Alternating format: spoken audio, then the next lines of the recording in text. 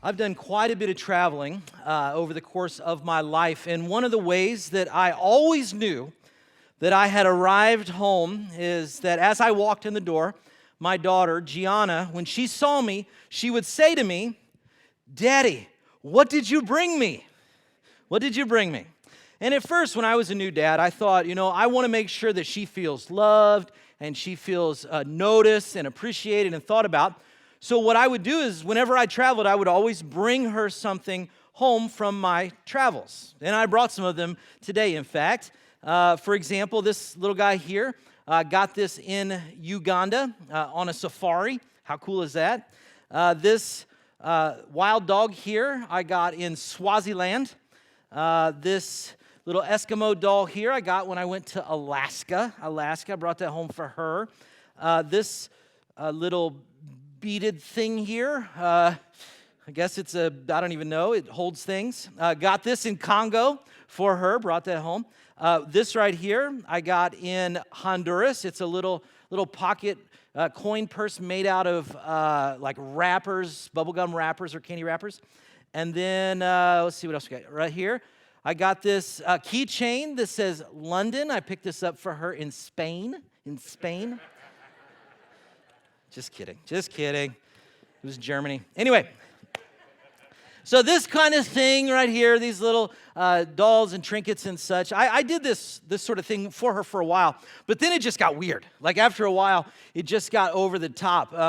She wouldn't just wait until I got home and ask, "Daddy, what did you bring me?" She actually started calling me during the trip and asking, "Daddy, what are you going to bring me from your trip?" And so when that started happening, I said, no mas, no more of this, because I began to feel that she was more interested in the gift that I was going to bring back to her than she was in me, the one who was giving it. So I started responding whenever she would ask the question, "Daddy, what did you bring me?" I would respond to her, "I brought you me, home safe and sound." That's what I would say. And then she would respond, "Dad, well, that is the best gift you could ever give me. You are all I need." No, that's a lie. She never said that. She actually never said that. I was actually met with an eye roll and some words that sounded like, "No, seriously, what did I get? What did I get? Where is it? Show it to me." That was sort of the deal. Now, I wanted to bring this up because this particular line of inquiry, this kind of questioning, isn't limited only to daddy-daughter interactions. In fact, this sort of expectation can also show up when it comes to how we interact with our Heavenly Father. In fact, at the very end of the Gospel of John, which is the focus of the series, John's biography of Jesus, we've been sort of picking that apart over the last few weeks. John actually tells us exactly what we should expect to get out of a relationship with God. And he says it this way, right at the end of his book. He says, "These miracles," or these, as he calls them, these signs, "are written down and recorded so that you may believe." Believe what? Well, believe that Jesus is the Messiah, the Son of God. Here it is. "And that by believing in him, you will have something." You'll have what? Well, that's the question that the audience that is receiving this biography of Jesus was asking in the first century.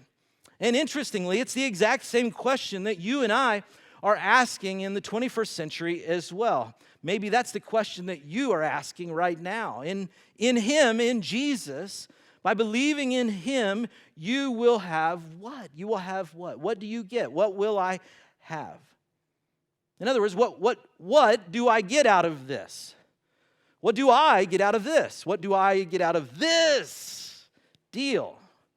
God, what are you going to bring to this relationship? What are you going to bring? What do I get out of this discipleship deal with Jesus? And that's the question that we have to deal with as we jump into the fourth installment of this Vital Signs series. We've been looking at the 7 supernatural signs that John mentions in the book that he wrote. These signs represent miracles that Jesus did, but they don't just tell us what he did. It points to who he was. And so the miracle that we're going to look at today, I think, might be the most popular miracle, the most famous miracle, the most well-known of Jesus' miracle, the feeding of the 5,000 plus.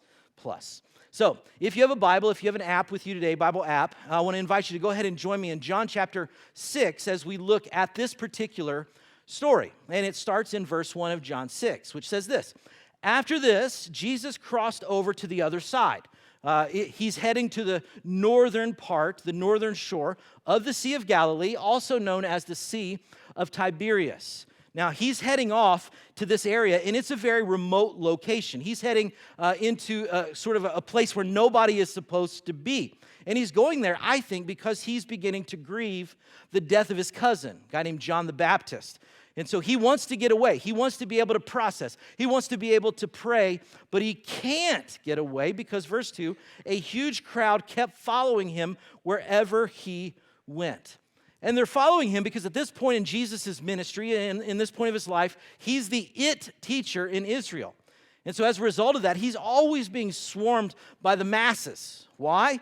Because of his faith, because of his insights, because of his teaching? No, because they saw his miraculous signs as he healed the sick. So the thing is, as Jesus was trying to get away and catch his breath, he's now being hounded by thousands of first century miracle chasers. And my guess, he's really worn out. That's why he's getting away. But the people are also on their way to see him. So now, instead of attempting to find some serenity, John records, verse 3, then Jesus climbed a hill and he sat down with his disciples around him. Verse 4, it was nearly time for the Jewish Passover celebration. Verse 5, Jesus soon saw a huge crowd of people coming to look for him. All these people were coming to Jesus, and Jesus knew why they were coming. They wanted something from him. That they wanted Jesus to do yet another trick. They wanted another miracle, another event where they could go home and talk about what they saw. They wanted him to show another sign of who he was. So Jesus decides to turn this moment into a teachable moment for his disciples. So it says, turning to Philip, he asked him, where can we, what? Where can we? It's up there, my friends. Where can we buy? He says, where can we buy bread to feed all of these people?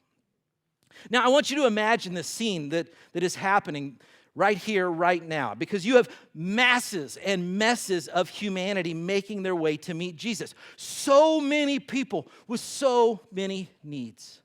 You have paralyzed people being carried on mats to meet Jesus. You have other ill individuals who are supported by the shoulders of their friends and their family. You've got blind people who are being led by the hand to this remote location. You have this motley crew of humanity that is merging to meet up with Jesus in the middle of nowhere in some no-name city.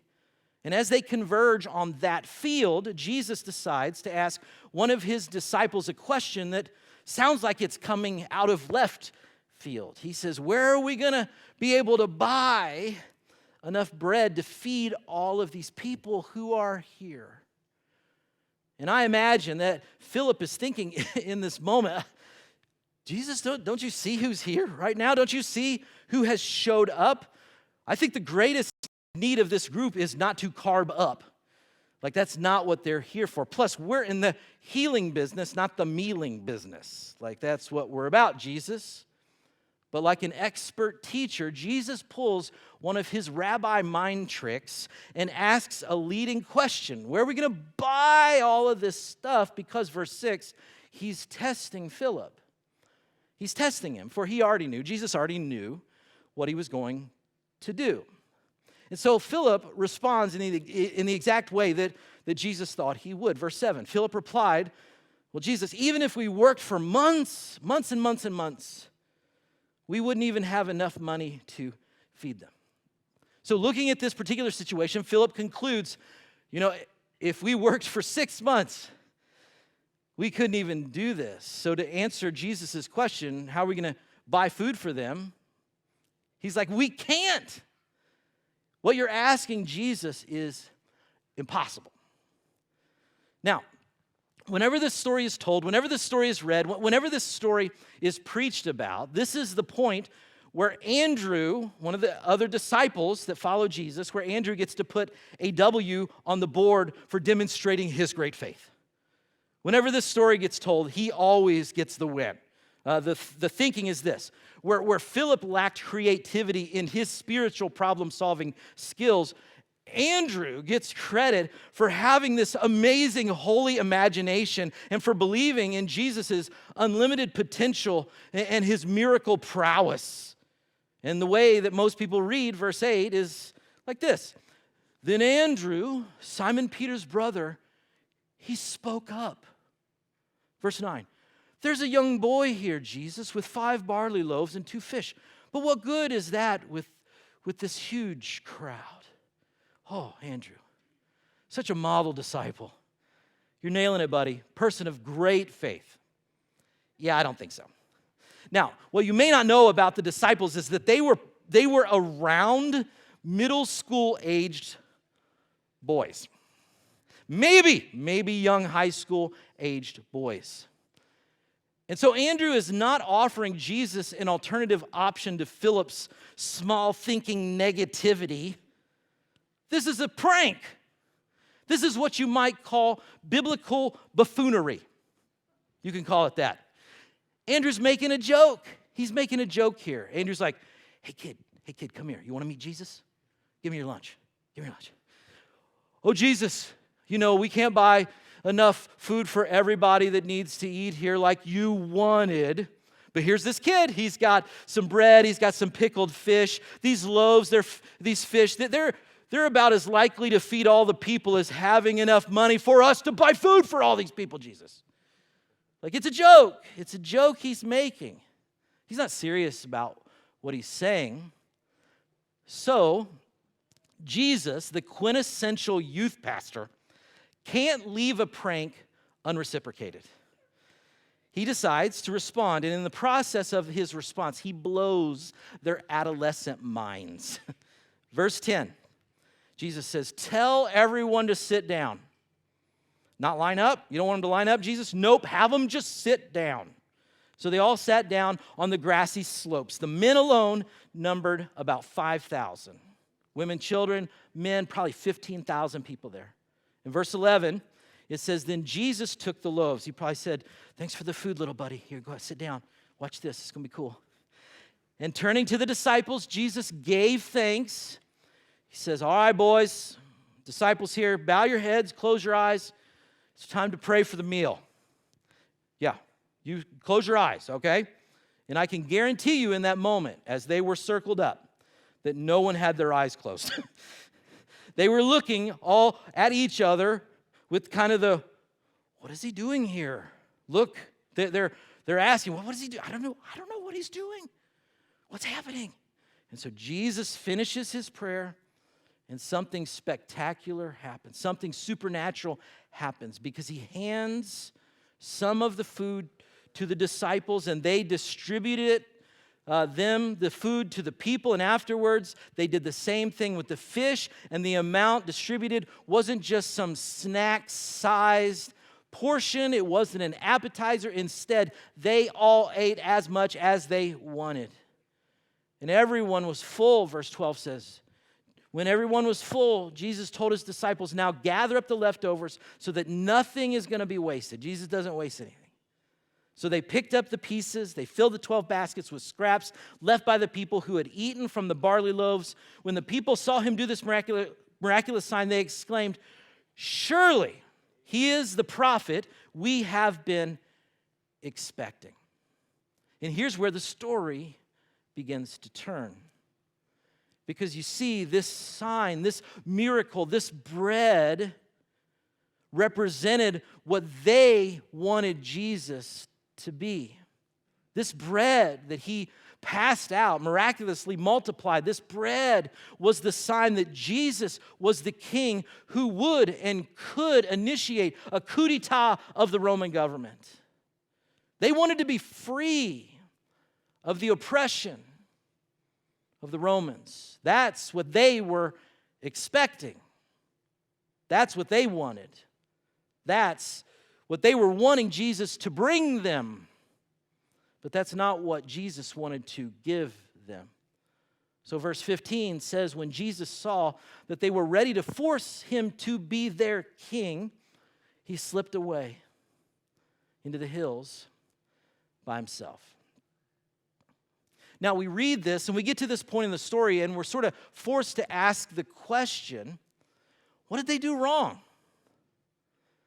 I mean, why are they kind of the bad guys in this story? What did all the people do wrong in this story? I mean, Jesus was the one who initiated the miracle, right? I mean, he's the one that created the sign, who put the idea in their mind that he might just be the Messiah they were hoping for. Why are they in the wrong? Why did they not get it right?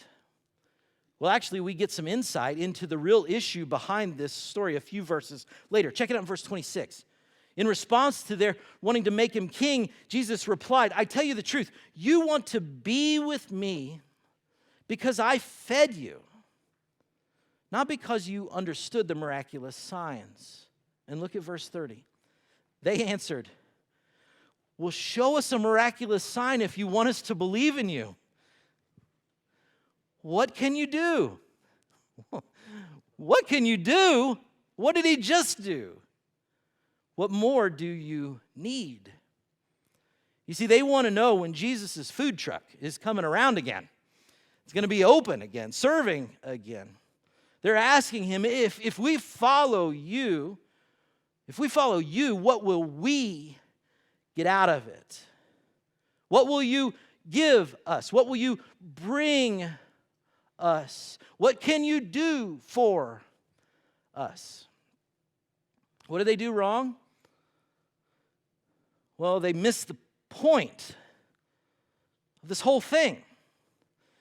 And in missing the point, they missed the person.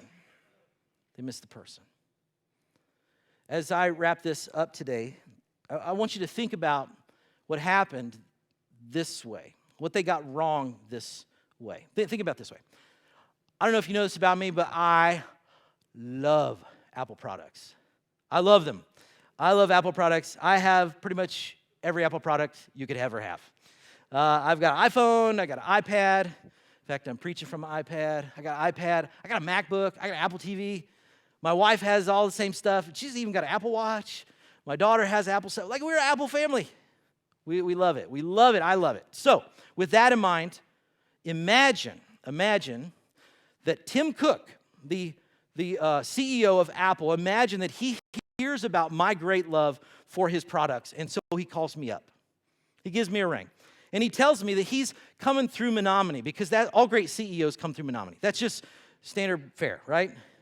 He's coming through Menominee, and he would love to have lunch with me. And he asked me this, and of course I say yes, and we agree to meet at the Exit 45 restaurant because Tim Cook also loves biscuits and gravy. I didn't know that, but he does. Now, we get there, we sit down, and we exchange some pleasantries, and even before they bring out the water, I say to him, hey, Tim, thank you so much for asking me here today. Since you're here, I wonder if you might be able to hook me up with an iPhone upgrade. Yeah, when I first bought my iPhone 13, when they came out, I thought I wouldn't need as much storage as I do, but I really do. You know, I'm taking a lot of 4K videos these days. It's really eating up my storage. What do you say? Do you think you could make a call for me? Do you think you could send an email on my behalf, shoot a text, maybe get me an upgrade, help a brother out? Will you do it, Tim? I mean, you are the most important person at that company. I know you can make this happen for me. Also, do you think you could get that overnighted to my house as well? That'd be awesome. Thanks, Tim. I totes appreciate it. Now, if this scenario was real life, and I did that, that's really gross, right? That's like super gross. Because here's the deal. When someone more important than you wants to spend time with you, their presence is the gift.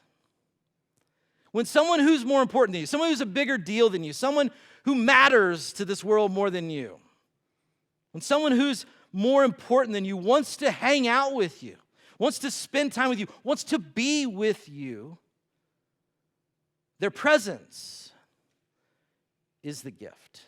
Their presence is not what you get from them is the gift, but their presence, the fact that they're with you, is the gift. You see, the problem with the sort of scenario with Tim that I just made up a little bit ago is that it's impossible to have a meaningful connection with somebody you're trying to get something from. It's impossible to have a significant relationship with somebody where you're trying to get them to give you something. Whether it's your spouse or whether it's a sibling or another family member or a friend or a neighbor or a coworker or Tim Cook or the creator of the universe. It's impossible to have a real relationship when one person is more interested in the gift than the one who is giving it. And you know that to be true. I know that. We all know this. But like the crowd that Jesus interacted with that day, the 5,000, it's so easy for us to lose sight of that truth. That it's not about the gift, it's about the giver. And we lose sight of that. We lose sight of that as individuals, and we can even lose sight of that as a church. And so I think it's so important for us from time to time to push pause and reevaluate our relationship with God. That we do that. In fact, this happened for a church in a major way a little over 20 years ago. It was a church called Soul Survivor Church, which is located just on the outside of London, England. And at the time, 20 years ago at this church, it was an exciting time. It was a great time. They were growing numerically. Young people started coming. The pastor at that church was actually getting kind of famous. The worship leader, a guy named Matt Redman, was gaining even greater notoriety because the songs he was writing were being played and sung all over the world. And in an interview about that time, Matt Redman said that as a church, they had lost focus. They had shifted to focusing on the gifts and not the giver of the gifts. They were focusing more on the gifts than Jesus, the giver. And he said in an interview, he said, the dynamic was missing in the church. We had lost track of what we were really supposed to be doing. And so the pastor did a really brave thing. He decided to get rid of what we considered to be the gifts. He decided to get rid of the sound system and get rid of the band for a season. And his point in that was that they had lost their way in worship. And the way to get back to the heart would be to strip everything away so you can focus on the giver of the gifts. And that's exactly what they did, and they kept it like that for a while. Now, thinking about this, obviously Matt Redman, he felt utterly useless because he was the worship leader and he didn't have anything to do all week. But he said in the end, it was actually the greatest thing that's ever happened. It was an incredible time of reflection for him because it helped him refocus on the fact that the presence of Jesus is actually the greatest gift of all. And it was also during that time that he wrote the song that we're about to sing.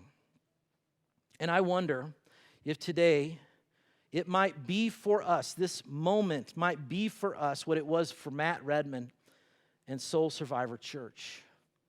That it might be for us an opportunity to experience the greatest gift that we could ever receive, the presence of Jesus in our lives. That it might be for us an opportunity not to try to get something from God, but instead to give something to Him. Instead of asking our Heavenly Father, what did you bring me? What are you going to give me? That we might bring ourselves to Him today. And so I want to invite all of us to go ahead and stand right now as we prepare for this moment. And I want to invite you to take the next few minutes to make sure that you are not more enamored with the miraculous than you are with who the miraculous is pointing us to. That you aren't more interested in the gift than you are the gift giver. And so, friends, take a moment and let the words of this song remind you and recalibrate your heart to the reality that Jesus is here. And all of this is all about